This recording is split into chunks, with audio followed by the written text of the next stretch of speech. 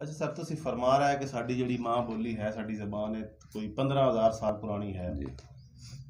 ये ज़बान इतना अरसा बाद भी जिंदा किवें रहिंदी है? ज़बान दे जिंदा रहन दी इतना अरसा मतलब खासा मुश्किल काम है। मतलब है कि तुहाडे गल करन दा मकसद है कि छापे ते किताब हुण आई है जी आप भी ये इतना अरसा जिंदा किवें रही जी छपाई तक 200-300 साल पहले दी गल है। जी हाँ।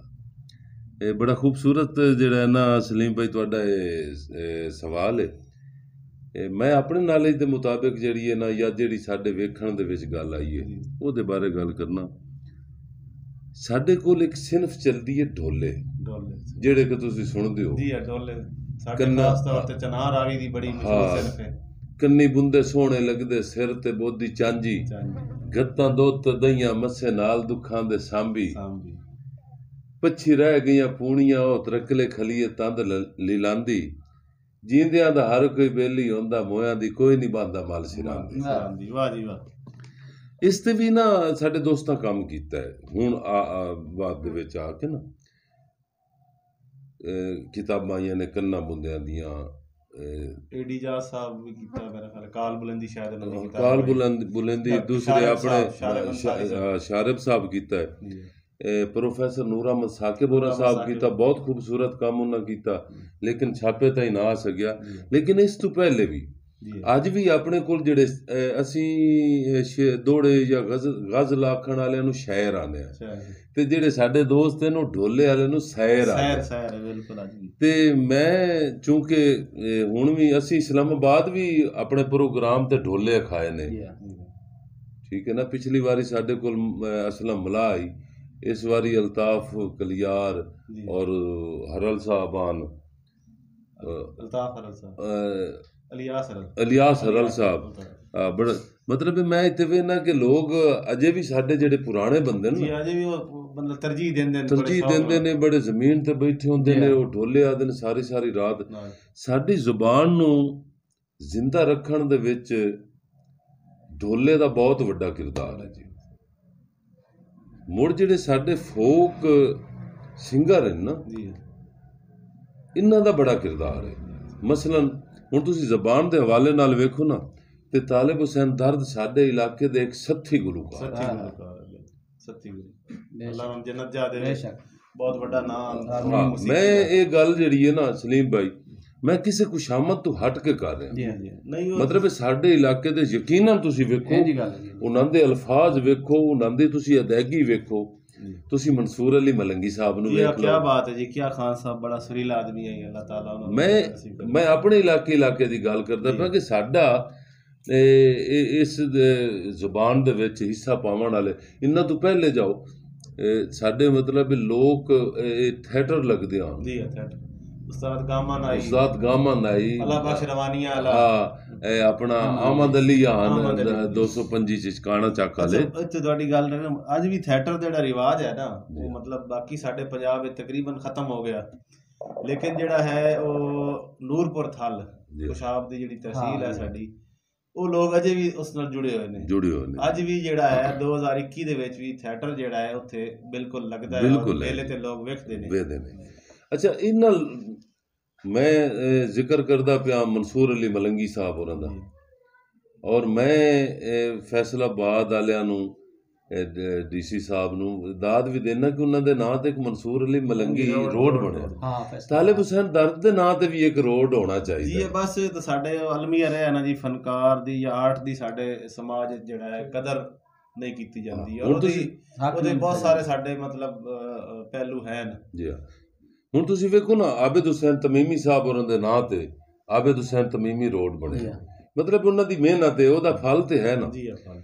गुलाम अली टाली मंगेणे वाले क्या बात है क्या उन्हां दी आवाज है तुसीं भी सुणदे रहंदे हो साडे वसेब दे ने अल्लाह दिता लोणे वाला साहब उन्हां नूं वेखो जी हुण मूंह ते बैठिया जेड़ा है ना ये खुशामद दे जुमरे च आ जांदा है ते जिक्र करना भी मतलब मैं ना करा तो जमाना भी जिक्र करता है भाई अजहर मिठू साहब और ही हो गए माशाल्लाह उन्हें भी अल्लाह ताला ने बहुत खूबसूरत गला दिता बहुत खूबसूरत फोक दे विच इन्ना बड़ा ना कमाया अल्लाह ताला अपना इन्हां दे उस्ताद मोहतरम अल्लाह दिता लिट्टी साहब नु वेखो ਅਸ਼ਰਫ ਲਿੱਟੀ ਨੂੰ ਵੇਖੋ, ਮਤਲਬ ਹੋਰ ਸਾਡੇ ਕਿਤਨੇ ਫਨਕਾਰ ਹਨ, ਇਰਸ਼ਾਦ ਹੁਸੈਨ ਢਾਡੀ ਨੂੰ ਵੇਖੋ, ਮਤਲਬ ਹੁਣ ਜ਼ਿਕਰ ਕਰਦੇ ਜਾਵੀਏ ਨਾ ਤੇ ਸਾਰੇ ਮਤਲਬ ਇਹਨਾਂ ਬੰਦਿਆਂ ਦਾ ਕਿਰਦਾਰ ਨੇ।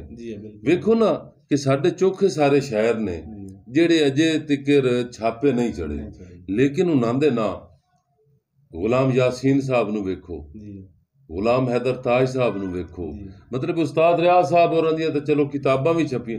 ਇਹ ਲੋਕ ਫਨਕਾਰਾਂ ਦੇ ਰਾਹੀਂ ਸਾਡੇ ਅਯਾਲੀਆਂ ਦੇ ਵੀ ਜ਼ਿਹਨਾਂ ਤੇ ਉਹਨਾਂ ਦੇ ਨਾਂ ਨਕਸ਼ ਨੇ, ਠੀਕ ਹੈ ਨਾ। ਅੱਛਾ, ਥੋੜੇ ਜਿਹੇ ਪਿੱਛੇ ਚਲੇ ਜਾਓ ਨਾ ਤੇ ਸਾਡੇ ਮਤਲਬ ਬਹੁਤ ਸਾਰੇ ਲੋਕ ਨਹੀਂ ਜਾਣਦੇ, सूफी शायर साढ़े इलाके बड़े हुए ने, शाह जमान साहब जोक मली वाले, जी हाँ, बहुत खूबसूरत, गुलाम मुर्तजा शाह साहब मोहम्मदी शरीफ वाले जी, मियां सदीक लाली साहब, क्या बात है जी, क्या बात है जी, मौलवी अब्दुल करीम जंगवी साहब निजातुल मोमिनीन किताब उन्हां दी जी हाँ छपी है। और ये अपने जेड़े ने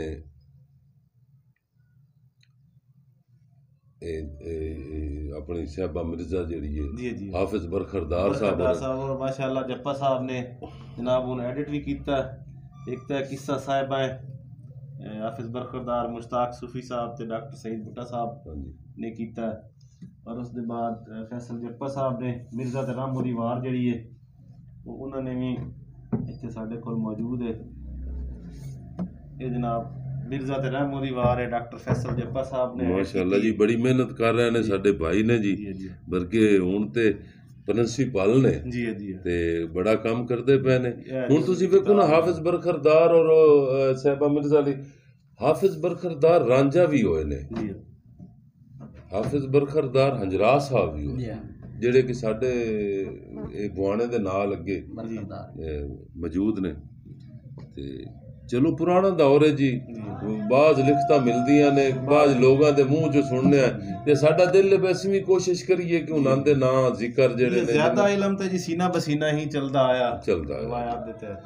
ते जेड़ी अगे तुसें हुक्म कर रहे हैं ना भी अज दी शायरी ते तुसी की मैं आना कि ठीक है काम ते हो रहा है ना। अगर सारे सलीम आरिफ सिपरा साहब अगर सारे एक बराबर हो जान ना, महल्ला दी सजावट नूं भी पखियां दी जरूरत है बिल्कुल।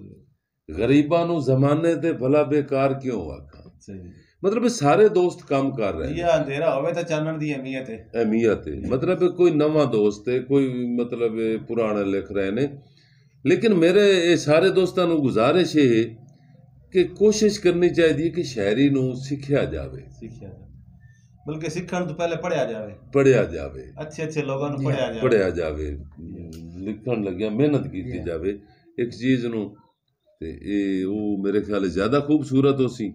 मैं किसी दा इस तरह कोई रंज भी नहीं हो सकता है, लेकिन सारे दोस्त जेड़े काम कर रहे हैं ना, मैं उन्हें दाद देना कुछ ना कुछ मां बोली कर बड़ी वड्डी गल है जी। अपने तौर ते हर बंदा जेड़ा अपना किरदार अदा कर रहा है, हिस्सा पा रहा है। सारे इंज नहीं हो सकते जिवें चमन साहब दा मिसरा है, गल इत्थों ताईं आ गई ढोल ते मेरी असी ऊंचा ऊंचा बोल के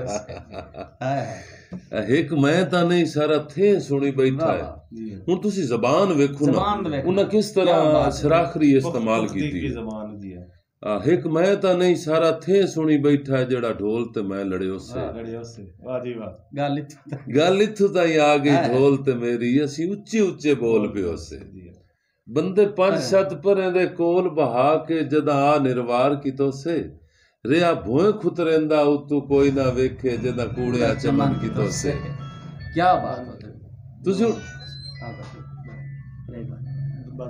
दोबारा